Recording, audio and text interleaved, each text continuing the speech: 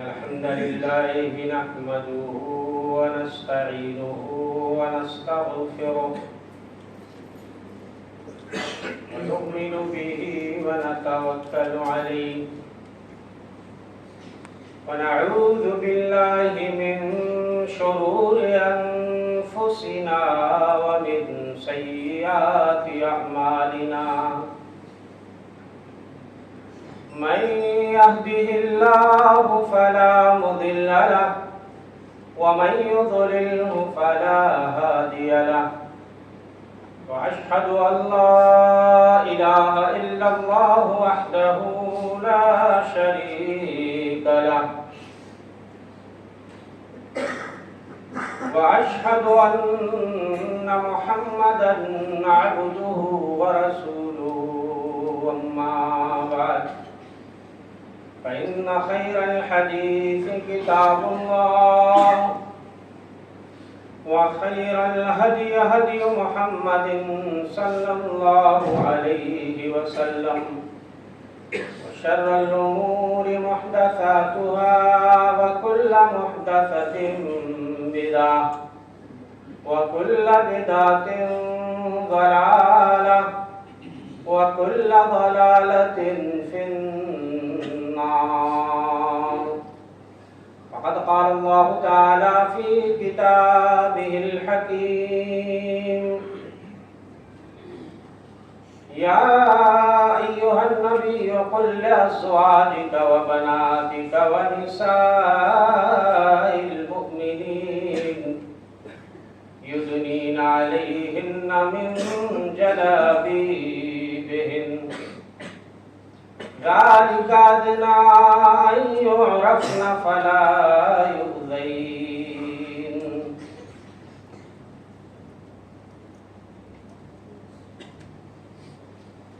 معزز خواتین و حضرات، تمام تعریفیں، حمد و ستائش، کبریائی، بزرگی، عظمت و جلالت اس پاک پروردگار کے لیے جو سارے جہانوں کا خالق و مالک ہے، مربی اور پالنہار ہے، مدبر اور کارساز ہے. بعدہ بے شمار درود و سلام نازل ہو اس کے آخری نبی اور رسول جناب محمد مصطفیٰ صلی اللہ علیہ وسلم پر.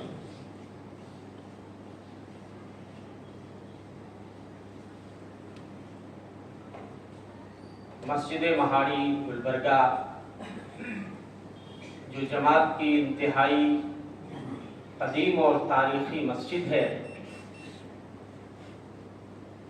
آج اس مسجد میں خطبہ جمعہ کی سعادت حاصل ہو رہی ہے. اللہ کا یہ بے پایاں فضل اور اس کا احسان ہے کہ میں آپ بھائیوں کے روبرو ہو سکا. حجاب اور اس کی اہمیت، ضرورت اور تقاضے، خواتین کی بھی ایک کثیر تعداد الحمدللہ خطبہ جمعہ میں شریک رہتی ہے،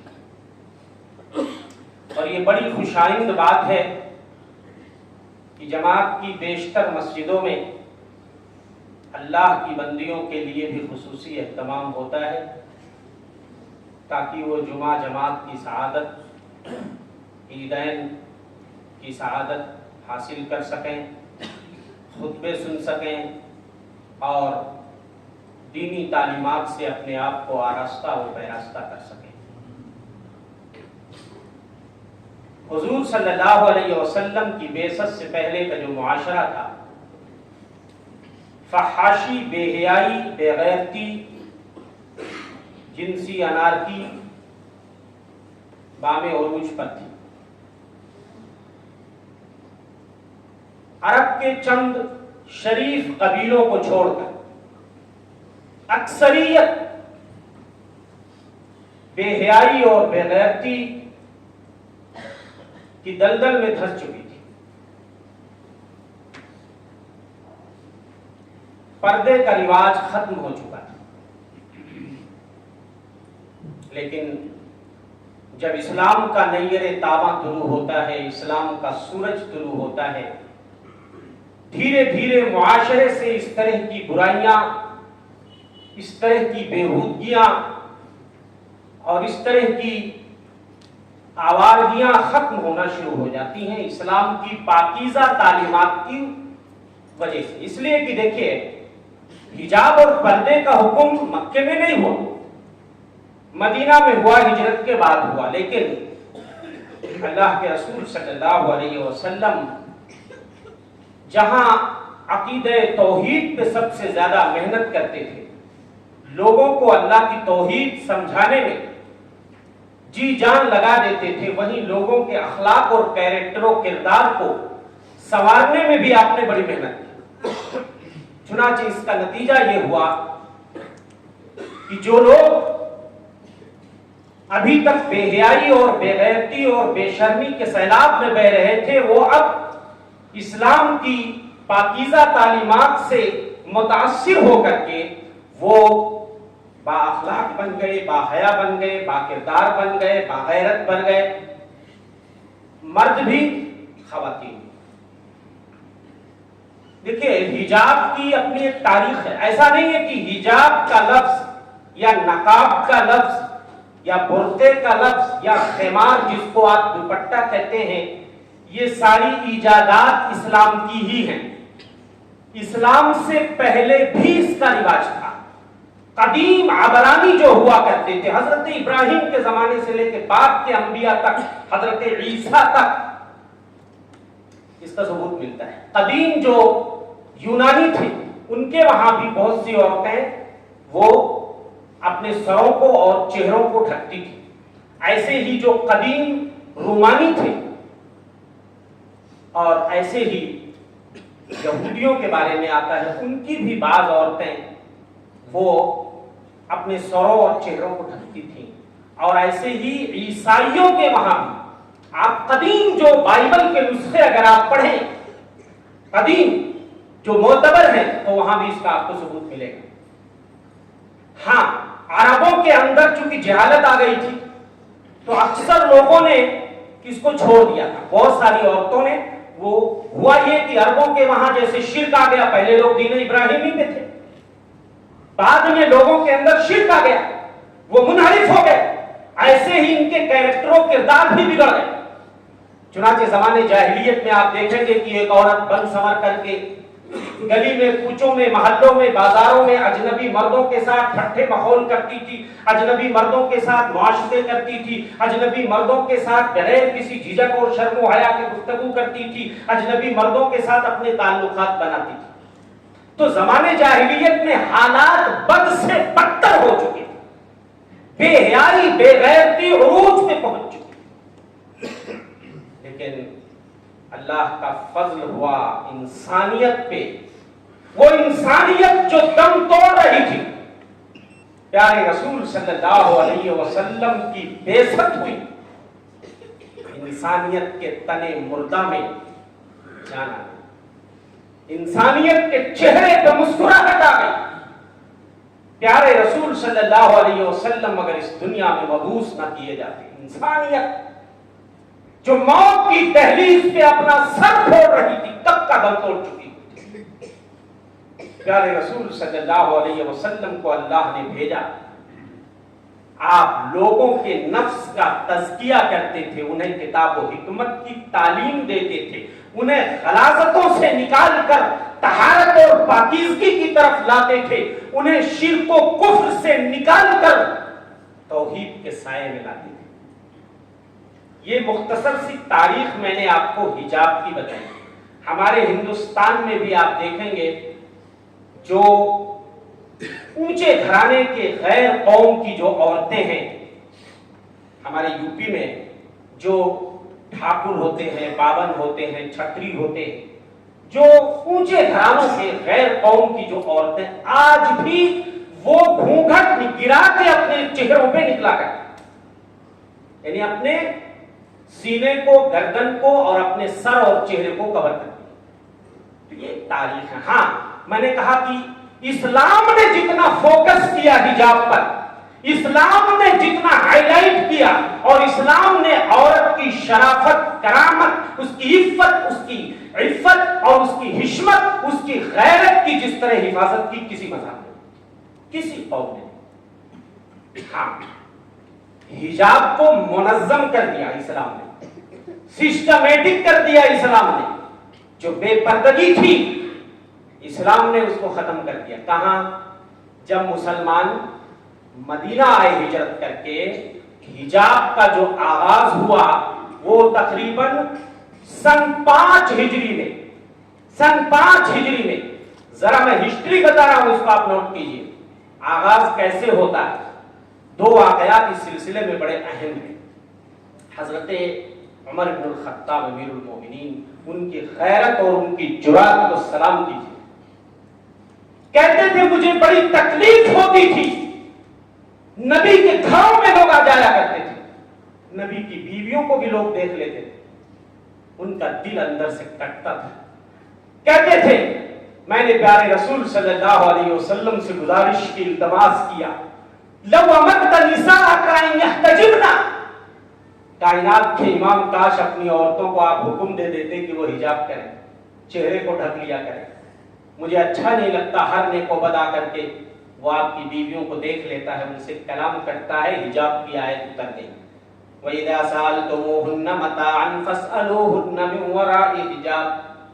جب ان عورتوں سے، نبی کی بیویوں سے کوئی سامان کا مطالبہ کرو، کسی چیز کی ضرورت پڑ جائے، نبی کے گھر میں آنے کی، کسی سامان کو مانگنے کی ضرورت پڑ جائے، تو نبی کی بیویوں سے ڈائریکٹ ان کے سامنے ہو کے نہ مانگا کرو، من وراء حجاب، پردے کے پیچھے سے مانگا کرو.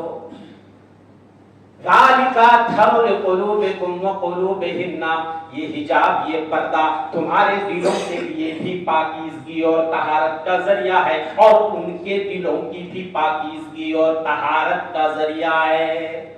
ذرا سوچئے میرے بھائی، نبی کی بیویاں کون تھی؟ نبی کی بیویاں وہ تھیں جو اس کائنات کی سب سے افضل بیویاں تھیں. ان کے لیے کہا جا رہا ہے کہ یہ ان کے دلوں کے لیے بھی بڑھیا ہے، اور یہ اس دور کی بات کی جا رہی ہے جو دور سب سے افضل دور تھا. اب سوچئے بعد کے زمانوں میں جب فتنے پھیل گئے، بے حیائیاں فحاشیاں بام عروج پہ ہیں، بے پردگی کا ننگا ناچ ہے، دشمنان اسلام عورت سے اس کا پردہ چھین لینا چاہتے ہیں، اسلامی بہنوں کو بے حیائی اور بے غیرتی کی دلدل میں دھسا دینا چاہتے ہیں. اب پردے کی ہماری بہنوں کو کتنی ضرورت ہے، اور اس پردے کے ذریعہ سے کس طریقے سے ہمارے دلوں کی بھی صفائی ہو جائے گی، بہنوں کے دلوں کی بھی صفائی ہو جائے گی. دنیا سے بے حیائی اور بے غیرتی کو مٹانے کے لیے میرے بھائیوں، پردے سے بہترین کوئی وسیلہ نہیں ہے. اور سن لیجئے، دشمنان اسلام اسی چادر، اسی نقاب، اسی برقعے، اسی پردے کو ہماری بہنوں سے چھیننا چاہتے ہیں. انہیں یہ بات معلوم ہو چکی ہے کہ جس دن اسلامی بہنیں پردے سے ہاتھ دھو بیٹھیں گی، اس وقت ان کے مردوں کو بچایا نہیں جا سکتا، انہیں بے حیائیوں سے بچایا نہیں جا سکتا، انہیں بے غیرتیوں اور بےہودگیوں سے بچایا نہیں جا سکتا. جس دن ان کا پردہ چھن گیا، کوئی بھی مسلمانوں کو فسق و فجور اور برائیوں کی دلدل میں ڈوبنے سے کوئی انہیں بچا نہیں سکتا. انسانیت کا بیڑا غرق ہو جائے گا. پردے کا آغاز کیسے ہوا؟ ایک واقعہ تو یہ ہوا، حضرت عمر کا واقعہ یاد رکھیے. جب انہوں نے یہ مطالبہ کیا، پہلے نبی کی بیویوں کے لیے یہ حکم آ جانا چاہیے. حضرت عمر کہتے ہیں وافقت ربی فی ثلاث، 3 چیزوں میں میرے رب نے میری موافقت کی ہے. جیسا میں چاہ رہا تھا، آسمانوں کے اوپر سے عرش سے اوپر سے مولا نے جیسا میں چاہ رہا تھا 3 آیتیں اتار دی. اسی میں سے ایک حجاب والی آیت بھی ہے، وَإِذَا سَأَلْتُمُوهُنَّ مَتَاعًا فَاسْأَلُوهُنَّ مِنْ وَرَاءِ حِجَابٍ. بدر کے قیدیوں کے بارے میں جیسا میں چاہتا تھا، میرے رب نے ویسی آیت اتار دی. میں نے نبی سے درخواست کی، کاش آپ مقام ابراہیم کو مصلی بنا لیتے. قرآن نے وہی حکم صادر کر دیا، وَاتَّخِذُوا مِن مَّقَامِ إِبْرَاهِيمَ مُصَلًّى، کہ جب تم زیارت کے لیے، حج عمرہ کے لیے جاؤ، کعبہ کا طواف کرو، مقام ابراہیم کے پیچھے 2 رکعت پڑھ لو، اس کو مصلی بناؤ.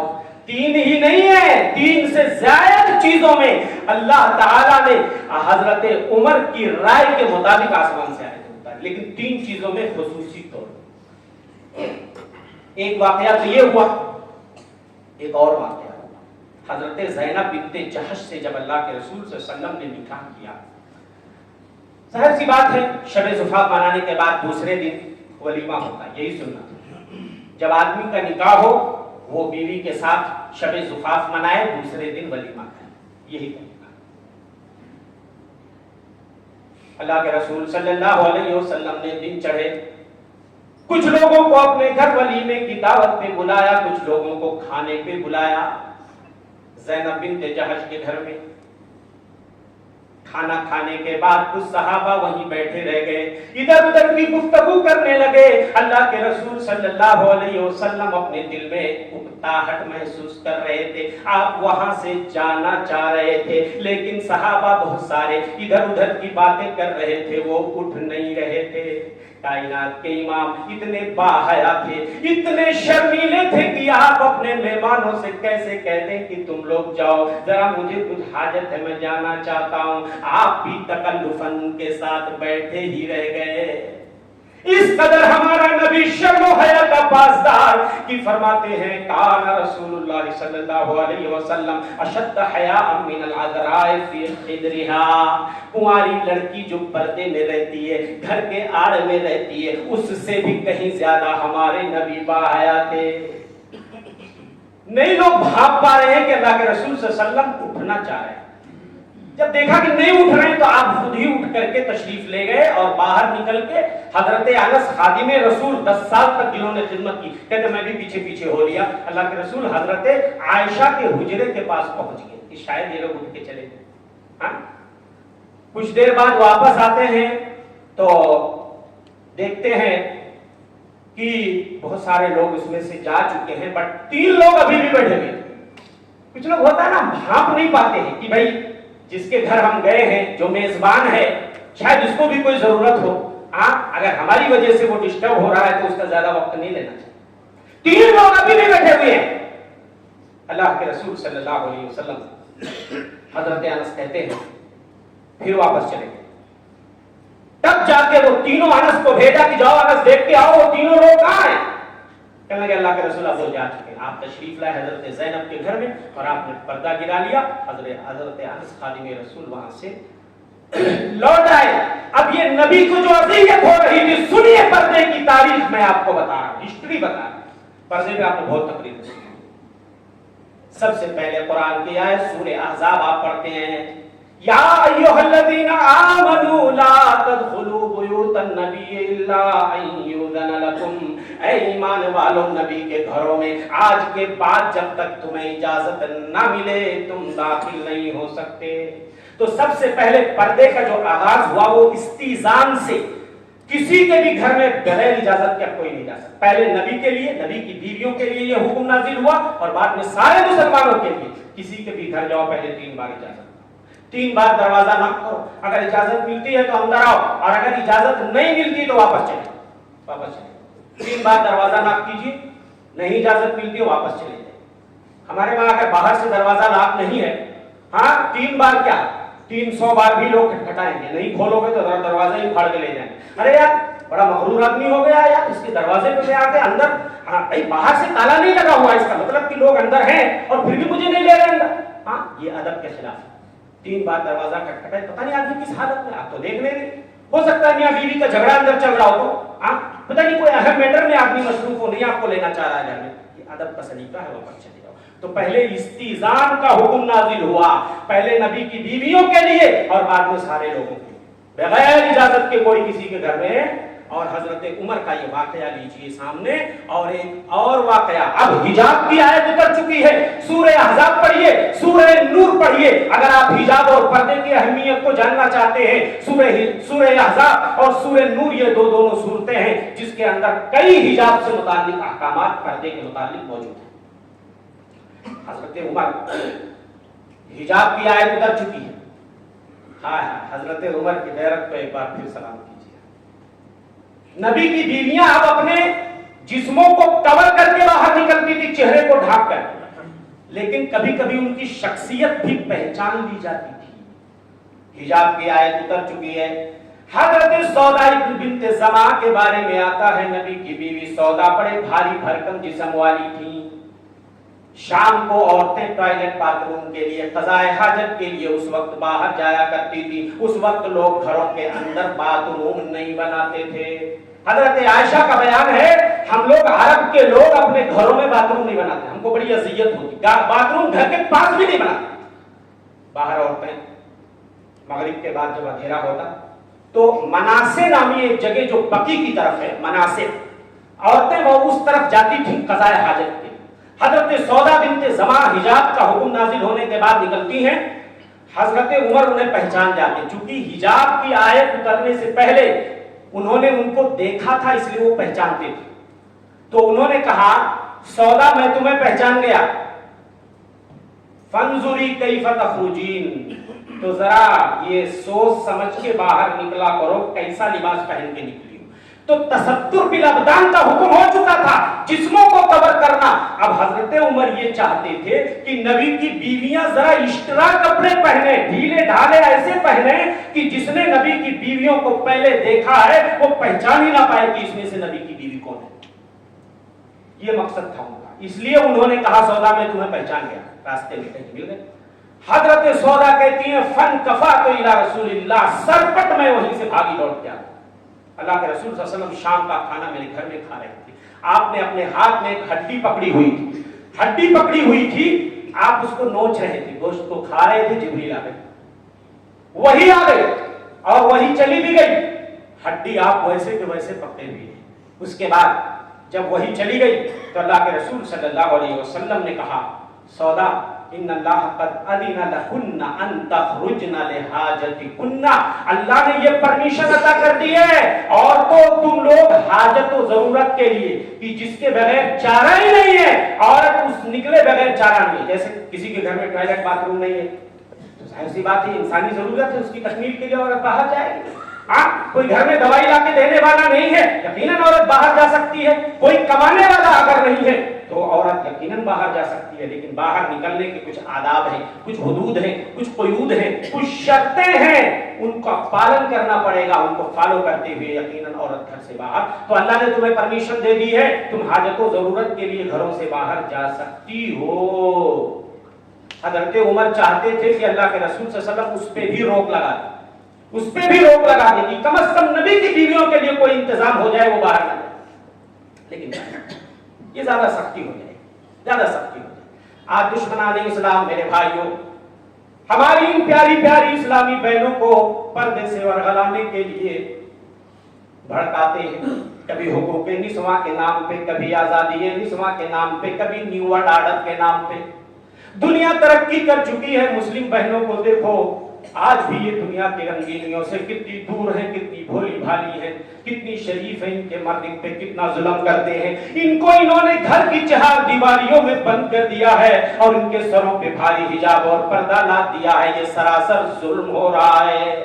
لیکن انہیں نہیں معلوم کہ یہ جو ہماری بہنوں کی حالت میں آنسو بہا رہے ہیں یہ ان بہنوں کی شرافت و کرامت کے دشمن ہیں, ان کے شرم و حیا کے دشمن ہیں. یہ اسی بہانے ان کی عفت و عصمت کو چھین لینا چاہتے ہیں, ان کو بے حیائی بے غیرتی کی دلدل میں دھسا دینا چاہتے ہیں. انہیں نہیں معلوم کہ اسلامی بہنوں کے لیے پردہ تو شرم و حیا کا مظہر ہے, پردہ عفت و عصمت کی حفاظت کا ذریعہ ہے, پردہ یہ دلوں کی طہارت اور پاکیزگی کا ذریعہ ہے, پردہ یہ مضبوط قلعہ ہے جہاں عورت اپنے آپ کو محفوظ تصور کرتی ہے, پردہ یہ وہ قلعہ ہے جہاں عورت لوگوں کی ہوسناک نگاہوں سے اپنے آپ کو محفوظ کر لیتی ہے. پردہ یہ وہ چیز ہے جو عورت کو مردوں کی زہریلی نگاہ, زہریلی تیروں سے بچا لیتی ہے. یہ چیز ہے پردہ اور حجاب, اور اسی کو آج چھین لینا چاہتے ہیں. کہتے ہیں اسلام نے ان کو گھروں میں قید کر دیا.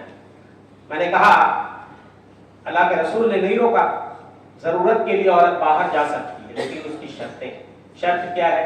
عورت شرعی پردے میں. دیکھیے پردہ دو طرح کا ہوتا ہے, ایک پردہ ہوتا ہے بازاری اور ایک ہوتا ہے اسلامی یا شرعی. اسلامی اور شرعی پردہ کون سا ہوتا ہے؟ جو سر سے لے کر پیر تک عورت کے جسم کو کور کر لے, بشمول اس کی ہتھیلیاں اور اس کا چہرہ. چہرہ تو یہ منبع حسن و زینت ہے. جو لوگ اس بات کی وکالت کرتے ہیں کہ چہرہ عورت کھول سکتی ہے, مجھے بتائیے ان حجاب کی آیت اترنے سے پہلے بھی تو عورت چہرہ کھولتی تھی, تو حجاب اور پردے کا جب حکم آیا تب بھی اس کا پردہ اگر چہرہ کھلا رہے گا تو پھر حجاب کے حکم کا فائدہ ہی کیا ہوا؟ تو اس لیے یہ چہرہ کسی کے حسین و جمیل اور قبیح اور بدصورت ہونے کی علامت تو یہی چہرہ ہے. چہرہ اگر کھل گیا تو پھر بچا. تو اس لیے یہ بات دماغ سے نکال دیجئے کہ عورت صرف اسکارف اگر عورت اوڑھنی یا دوپٹے کو اسکارف سے اپنے سر کو اور گلے کو کور کر لیتی ہیں بعض بہنیں اور چہرہ کھلا رہتا تو کہتی ہیں عورت پردے میں, لڑکی پردے میں. ارے پردہ آپ بولیں گے تو پھر پردے کو آپ کیا بولیں گے؟ تو ایک پردہ شرعی ہوتا ہے. شرعی پردہ وہ ہوتا ہے جو موٹا ہو, ساتر ہو, پورے جسم کو چھپانے والا ہو, ڈھیلا ہو, نقش و نگار والا نہ ہو اور پھول بوٹے والا نہ ہو. آج مارکیٹ میں آپ چلے جائیے, قسم اللہ کی دشمنوں نے ایسے ایسے برقعے اور نقاب مارکیٹ میں اتار دیے ہیں کہ آج سادہ برقع ڈھونڈنے سے بھی آپ کو نہیں ملے گا. اگر کوئی اور سادہ برقع ڈھیلا ڈھالا موٹے کپڑے کا اگر تلاش کرے گی, یقیناً اسے کپڑے لے کر کے خود سے برقعے سلوانے اور بنوانے پڑیں گے. مارکیٹ میں جو ریڈی میڈ برقعے آج اتار دیے گئے ہیں وہ اتنے نقش و نگار, اتنے ترکیلے اور بھڑکیلے اور اتنے دلکش اور دیدہ زیب ہوتے ہیں کہ مجھے معاف کیجئے, اس برقعے کو بھی چھپانے کے لیے الگ سے کوئی اور چادر چاہیے اور کوئی ایکسٹرا کپڑا چاہیے جو ان کے جسموں کو کور کرے. تو یہ ہوتا ہے شرعی پردہ. اور ایک بازاری پردہ جو ابھی آپ نے سنا, تنگ ہو, چست ہو, ترکیلا ہو, بھڑکیلا ہو, جو جسم کے محاسن کو ظاہر کرتا ہو, جس سے پردے کا مقصد حاصل نہ ہوتا. اور کوئی ضروری نہیں ہے کالا کپڑا ہی, کالا کپڑا بڑی سی اگر چادر ہے, اور اسی چادر کا تو حکم دیا تھا اللہ نے, یا ایھا النبی قل لازواجک وبناتک ونساء المؤمنین یدنین علیہن من جلابیبہن. اے نبی کہہ دیجئے, قل لازواجک وبناتک, اپنی بیویوں سے کہہ دیجئے, اپنی بیٹیوں سے کہہ دیجئے, مسلمانوں کی عورتوں سے کہہ دیجئے, یدنین علیہن, اپنے اوپر وہ گرا کر چلیں, من جلبابہن, من جلابیبہن. جلباب یا جلابیب سمجھتے ہیں؟ حضرت عبداللہ ابن مسعود کہتے ہیں جلباب جو ہے نا, قرآن نے جس کا حکم دیا ہے, یہ دوپٹے کے اوپر جو چادر گرائی جاتی ہے. ایک تو دوپٹہ ہے جو سر پہ عورتیں باندھتی ہیں, اس کے اوپر جو چادر عورت گراتی ہے اپنے چہرے اور اپنے سینے اور اپنے جسم پہ, وہ جلباب ہے. اور حضرت عبداللہ ابن عباس جلباب کی تفسیر میں لکھتے ہیں اللہ نے جل شانہ نے مسلمانوں کی عورتوں کی اس آیت کریمہ میں حکم دیا ہے جب وہ کسی حاجت اور ضرورت کے لیے باہر نکلیں اس وقت وہ اپنے سروں کے اوپر سے اپنی چادریں گرا کر کے وہ اپنے چہروں کو کور کر لیں اور صرف ایک آنکھ عورت کھول سکتی ہے. یہ حضرت عبداللہ ابن عباس کا قول ہے. اور بہت سارے صحابہ اور تابعین کا قول ہے کہ بائیں آنکھ, ایک آنکھ راستہ دیکھنے کے لیے عورت کھول سکتی. لیکن اگر ایسا حجاب ہے, ایسا کپڑا ہے کہ اسے راستہ نظر آ رہا ہے تو ایک آنکھ بھی کھولنے کی ضرورت نہیں, ایک آنکھ بھی کھولنے کی ضرورت نہیں ہے. یہ صرف ضرورت کے لیے, جنہوں نے ایک آنکھ کھولنے کی بات کی ہے ضرورت کے لیے. تو یہ ہے یدنین علیہن من جلابیبہن, اپنے اوپر اپنے جلباب, اس کو آپ عبایا کہہ لو, اس کو آپ نقاب کہہ لو, اس کو آپ برقع کہہ لو, اس کو آپ ملحفہ کہہ لو, اس کو آپ بڑی چادر کہہ لو. ضروری نہیں ہے میں نے کہا کہ وہ برقع نقاب جو آج کل روایتی برقع ہے وہی ہو. اگر بڑی سی چادر ہے جس میں عورت اپنے سر کو, اپنے گریبان کو, اپنے گلے کو, اپنے چہرے کو, اپنے پورے جسم کو کور کر لے تو بھی پردے کا مقصد حاصل ہو جائے گا. جلباب بڑی چادر کو, عبایا کو کہتے ہیں جلباب.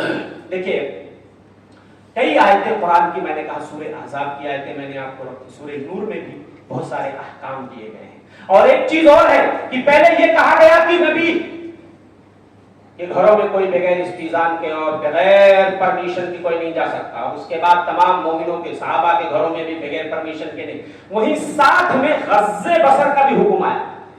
اللہ نگاہوں کی حفاظت کا, نگاہوں کو نیچی جہاں مردوں کو مومنوں کو حکم دیا گیا, عورتوں کو بھی اللہ حکم دے رہا ہے. وَقُلْ لِلْمُؤْمِنَاتِ يَغْضُضْنَ مِنْ أَبْصَارِهِنَّ, اے نبی مومنہ عورتوں سے کہہ دیجئے کہ وہ اپنی نگاہیں نیچی رکھیں. وَيَحْفَظْنَ فُرُوجَهُنَّ, اور اپنی شرمگاہوں کی حفاظت کریں. وَلَا يُبْدِينَ زِينَتَهُنَّ إِلَّا مَا ظَهَرَ مِنْهَا, اور اپنی زینت کا اظہار نہ کریں مگر جو چیز خود ہی ظاہر ہو جائے. میرے بھائیوں, ما ظہر منہا سے کیا مراد ہے؟ حضرت عبداللہ بن مسعود فرماتے ہیں ما ظہر منہا جو خود ہی ظاہر ہو جائے.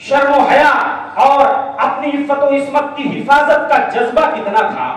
میں ایک آدھ روایت پڑھ کے اپنی بات ختم کرتا ہوں. حضرت عائشہ فرماتی ہے کان الرکبان یمرون بنا ونحن محرمات مع رسول اللہ صلی اللہ علیہ وسلم. حج میں عورت نقاب نہیں پہن سکتی، سارے لوگوں کو پتا ہے، بہنوں کو بھی پتا ہے، عورت حج میں نقاب جب احرام کی حالت میں نہیں پہن سکتی. لیکن اجنبی مردوں کے سامنے وہاں بھی اپنے سر کے اوپر سے کپڑا گرائے گی، اپنا چہرہ نہیں کھول سکتی. یہ ٹرینڈ بن گیا ہے، آپ جائیے دیکھیے، ٹرینڈ بن گیا ہے. بہت سی باقاعدہ خواتین بھی جب مکہ آتی ہیں نا حج عمرے کے لیے، وہ یہ سوچتی ہیں کہ نہیں ہمیں چہرہ کھلا ہی رکھنا ہے، چنانچہ وہ اسکارف باندھ لیتی ہیں اور چہرے کو کھول دیتی ہیں. نہیں، یہ مقصد نہیں ہے. آج تو اتنی بھیڑ بھاڑ ہوتی ہے کہ کہیں کوئی جگہ ایسی نہیں ملے گی کہ وہاں اجنبی مرد آپ کو نہ دیکھے، تو آپ کو سر کے اوپر سے کپڑا گرانا ہی پڑے گا. حضرت عائشہ کہتی ہیں شہسوار ہمارے پاس سے گزرتے تھے، ہم حالت احرام میں، اس وقت اتنی بھیڑ بھاڑ، اتنا کراؤڈ اور اتنی پبلک، اتنا پاپولیشن تو نہیں تھا، تو اس لیے بہت ساری جگہوں پہ مرد نہیں ہوتے تھے، تو اپنا چہرہ کھلا رکھتی تھی. لیکن کہہ رہے جیسے ہی لوگ گزرتے تھے ہمارے سامنے سے اجنبی مرد، ہم میں سے ایک عورت اپنے سر کے اوپر سے کپڑا گرا کے اپنے چہرے کو ڈھک دیا. نبی کے ساتھ فجر کی نماز میں بھی عورتیں شریک جماعت ہوا کرتی تھی. فرمایا گیا کننا یشہدنا مع رسول اللہ صلاۃ الفجر، عورتیں، مسلمانوں کی عورتیں فجر کی نماز میں، لیکن جب لوٹتی تھی وہن متلفعات بمروطہن، اپنی چادروں میں ایسا لپٹ کے نکلتی تھی کوئی انہیں پہچان نہیں پاتا تھا، کوئی انہیں پہچان نہیں پاتا. حضرت ام عطیہ کہتی ہیں امرنا ان نخرج العواتق والحیض وذوات الخدور الى المصلی، ہمیں یہ سختی سے نبی نے حکم دیا تھا عید کی نماز میں ہم دوشیزہ اور بالغ لڑکیوں کو بھی لے جائیں، یہاں تک کہ جو عذر والی عورتیں ہیں، ناپاک ہیں، ان کو بھی مصلی لے کر جائیں. وہ صرف مسلمانوں کی دعاؤں میں شریک رہیں گی لیکن وہ نماز ادا نہیں کریں گی، وہ پیچھے کی طرف رہیں گی. ہم نے کہا اللہ کے رسول حالات اس وقت ایسے نہیں تھے، آج درجنوں، ایک عورت کے پاس ایک درجن بھی چادریں ہوتی ہیں، نقاب ہوتے ہیں. الحمدللہ آج فیسلٹی ہے اور آج کشادگی ہے. اس وقت تنگی کا زمانہ تھا، فقر و فاقہ کا زمانہ تھا. کہنے لگے اللہ کے رسول ہر عورت کے پاس چادر نہیں ہوتی کہ وہ باہر نکلے یا وہ عیدگاہ جائے، اس کی مجبوری ہے.